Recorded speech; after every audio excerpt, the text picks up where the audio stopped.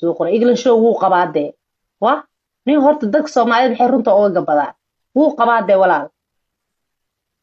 maxaa uu qabtaana ma oran anigu xaasaskiisaan weerarayaa baan dhahay waan xaasaskiisa qof ka mid ah what's the problem ororta garan life niyo ina masaajidka wala galcawri war anigu geesiyad baa waxa ma ka naxode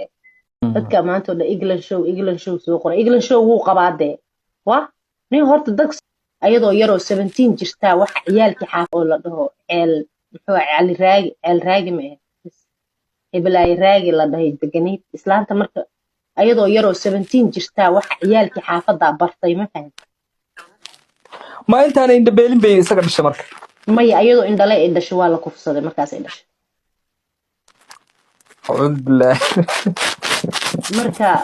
waa qiso kale ayadoo gaar kaamil indhool ilaa afirsan ayahay ilaa laga galay kaamil indhool oo looga galay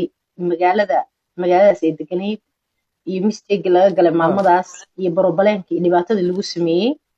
ayadoo gaar waay asaga hooyaday oo dhimatay wuu caay anna hooyadiis taariikhdeedan ka sheekeeyo waxaan eri kaamil indhool ayadoo 17 jir la kufsaday wiilkaanay dhashay sidii ogama harine walaa waa cambaareenaya dadka magaalada degan mar labaad baa hadana la kufsaday wiil kale dhashay oo haddadaan jooga Nairobi ka cararay hadda godobtaan markuu galo uu ka cararay Nairobi in dilo ka baqlay horu u joogay gabar teenager ah jirto naa kale u dhashay oo Kenya joogta ayadana uu ka kiciyay Kampala u geeyay hadda gurguurkaas oo baa ku dambeeyay inta joogka daba socotay because anu ma haro imtixaan baa indhool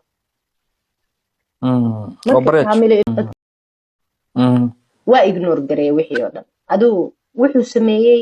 maalintii ramadaanka uu soo dhawaabo wuxuu dardar geliyay inuu life soo geliyo aduu wuxuu isku dayay almost 9 naagood ka badan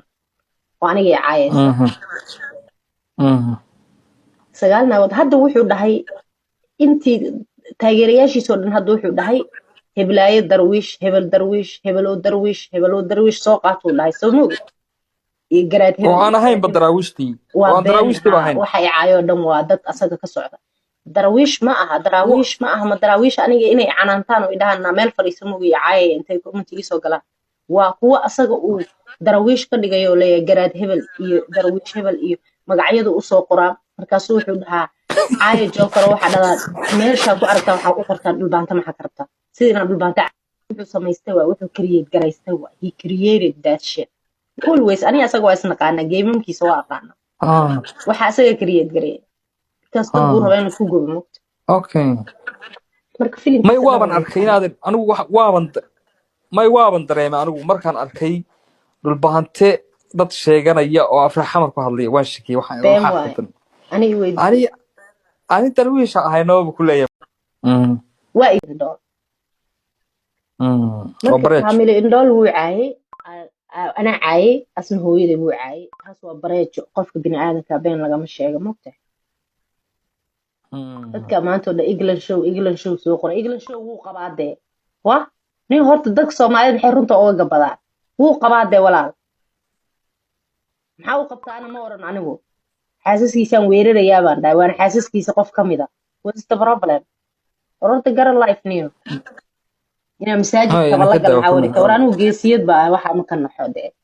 caadi iska dhiga meesha nabad ku joogo tol baan nahay marka gaashaano islaanta kaamil indhool anu waxba uma reeban asaguna aniga waxba iima reeban waa isdagaalnay kaamil indhool waa hooyadiis wey maamada kaamil indhool way indhala'aan jirtay markay indhaha la'aydna waxay deganay tuulo oo la dhaho muxuu cali raagi ma heblaay raagi la dhahay deganiid islaanta marka ayadoo yaroo 17 jirta waxa ciyaalkii xaafada bartay ma fahan